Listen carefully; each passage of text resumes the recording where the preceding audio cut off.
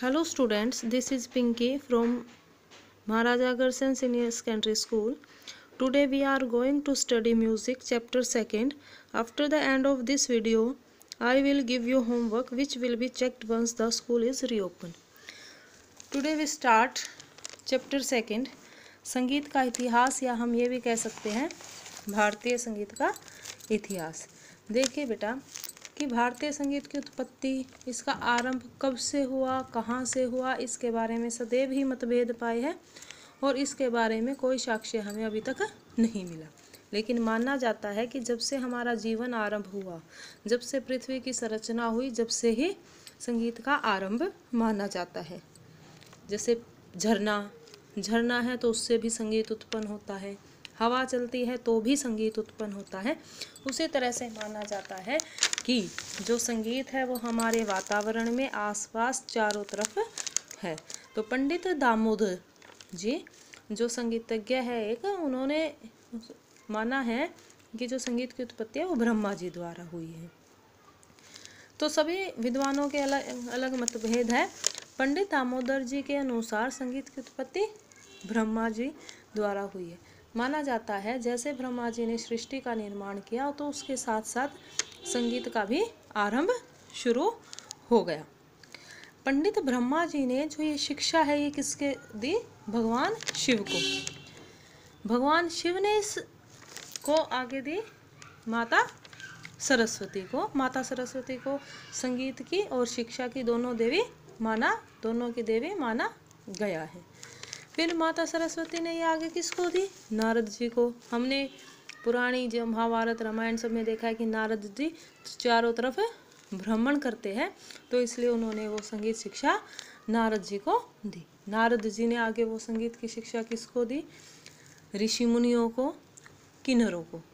और आगे ऋषि मुनियों और किन्नरों से यह जो संगीत की शिक्षा है यह जनजीवन में आगे फैल। तो पंडित दामोदर जी के दो पक्ष थे।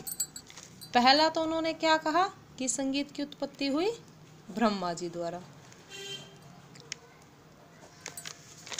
ठीक है भाई। उसके बाद नेक्स्ट जो क्वेश्चन आता है वो ये है कि जब संगीत की उत्पत्ति ब्रह्मा जी द्वारा हुई, उसके बाद जो 7 स्वर है वो कहाँ से उत्पन्न हुए? तो संगीत के जो 7 स्वर है, संगीत के 7 स्वर पंडित दामोदर जी के द्वारा संगीत के 7 स्वरों की उत्पत्ति पशु और पक्षियों द्वारा हुई। किनके द्वारा? पशु और पक्षियों द्वारा। तो पंडित दामोदर जी ने कहा कि 7 स्वरों की उत्पत्ति पशु पक्षियों द्वारा हुई और ये 7 स्वर कौन कौन से हैं? षड, ऋषभ, गांधार, मध्यम, पंचम, धेवत और निषाद। जैसे षडज की उत्पत्ति मोर से, धेवत की मेंढक से और निषाद की हाथी से। ठीक है भाई। गांधार की कौवा से। तो ये जो सारे संगीत की है। उसी प्रकार से फारसी के एक विद्वान थे। फारसी विद्वानों के अनुसार, फारसी जितने भी संगीतज्ञ है, विद्वान है फारसी, उन्होंने क्या कहा है कि जो 7 स्वर है उसकी उत्पत्ति किसके द्वारा? फारसी विद्वान ने क्या कहा है कि संगीत की उत्पत्ति किसके द्वारा हुई है? मूषिकर नामक पक्षी। मूषिकर नामक पक्षी जो किंगफिशर, अगर आपने देखा है पक्षी, तो उसकी तरह होता है। ये पहाड़ों पर रहता है। पहाड़ों पर रहने वाले मूषिकर नामक पक्षी से हुई, जिसकी जो नाक है उसमें 7 सुराख है बांसुरी की भांति, और उन्हीं 7 सुराखों से 7 स्वर है वो निकले। अब देखिए सबके अपने अपने में मतभेद। किसी ने कहा पशु पक्षी से, किसी ने कहा प्रकृति से, किसी ने कहा मूषिकर नामक पक्षी के द्वारा हुई। तो अब हम संगीत की उत्पत्ति के लिए, संगीत की जानकारी के लिए हम अपने इनको संगीत को हमने अलग अलग भागों में विभाजित कर दिया। किसके अनुसार? काल के अनुसार। तो सबसे पहले हम पढ़ेंगे प्राचीन काल। प्राचीन काल में सबसे पहले आता है वैदिक काल, और वैदिक काल को अति प्राचीन काल, वैदिक काल को अति प्राचीन काल के नाम से भी जाना जाता है।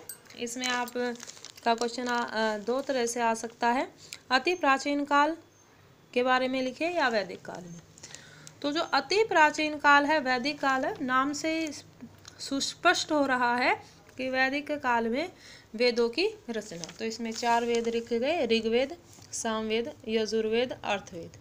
तो ये जो 4 वेद थे, इसमें जो सामवेद है, 4 वेदों में संगीतज्ञ श्लोक लिखे गए, लेकिन जो सामवेद है उसको सबसे ज़्यादा संगीतमय वेद माना गया है। सामवेद में जितने भी श्लोक है सभी के सभी किसमें है, संगीत में लिखे गए हैं। अब वैदिक काल में 3 प्रकार के स्वर माने जाते थे। ऋषि, वैदिक काल में ऋषि मुनि हवन पाठ श्लोक के द्वारा या जितने भी श्लोक थे वो संगीतमय होते थे। उसके अनुसार उसके अतिरिक्त इसमें 3 स्वर माने जाते थे, उदात्त, अनुदात्त, सवरित। उदात्त ऊंचे स्वर को, अनुदात्त नीचे स्वर को, और जो सवरित है वो है बीच का स्वर, ना ज़्यादा ऊंचा ना ज़्यादा नीचा। अब अति प्राचीन काल में नेक्स्ट आता है हमारा रामायण काल। रामायण काल में आपने देखा कि रामायण काल में राजा महाराजाओं का काल था, भगवान राम का काल था। तो रामायण काल में युद्ध के दौरान, युद्ध की शुरुआत से पहले, युद्ध जीतने पर भी संगीत का, युद्ध के दौरान संगीत का इस्तेमाल किया जाता था। जैसे युद्ध के प्रारंभ से होने से पहले शंखनाद होता था। युद्ध को सायकाल 5 बजे के बाद युद्ध नहीं किया जाता था, तो भी नगाड़े की आवाज़ से उसको बंद कर दिया जाता था। युद्ध समापन के दौरान भी नगाड़ों को बजाया जाता था। विवाह, शादियाँ, विवाह उत्सव, यहाँ तक कि राज दरबारों में भी एंटरटेनमेंट का सबसे जो जरिया था, सबसे उत्तम जरिया क्या माना जाता था, नृत्य, गायन और वादन। तो इसलिए रामायण काल में, और रामायण काल में ऋषि जो वाल्मीकि थे उन्होंने लव और कुश दोनों को संगीत की शिक्षा दी थी। किन्हें? लव और कुश। और रावण को इस युग का सबसे सर्वश्रेष्ठ संगीतज्ञ भी माना गया है। नेक्स्ट काल है अति प्राचीन काल कहा जाता है, वो है महाभारत काल। महाभारत काल, महाभारत काल आपने देखा कौरव पांडवों का काल, महाभारत काल, इसमें भी सेम वही था। युद्ध के दौरान विवाह, शादियों में, युद्ध विजयी होने पर, और एंटरटेनमेंट का साधन क्या था, संगीत था। अब महाभारत काल में आपने देखा भगवान श्री कृष्ण जो थे वो संगीत के सबसे बड़े ज्ञाता थे, और